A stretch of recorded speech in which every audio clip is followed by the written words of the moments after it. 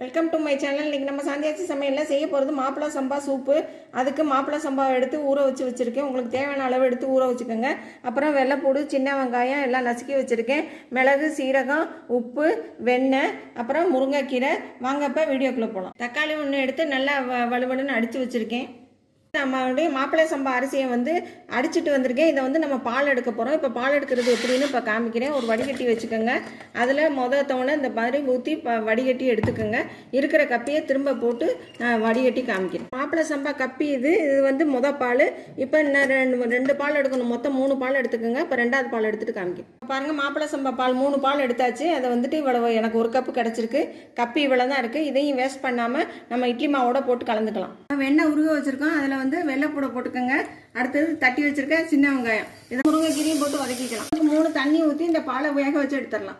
சம்பா soup ready. இப்போ இதுக்கு மேலே மிளகு சீரகத்தை போட்டு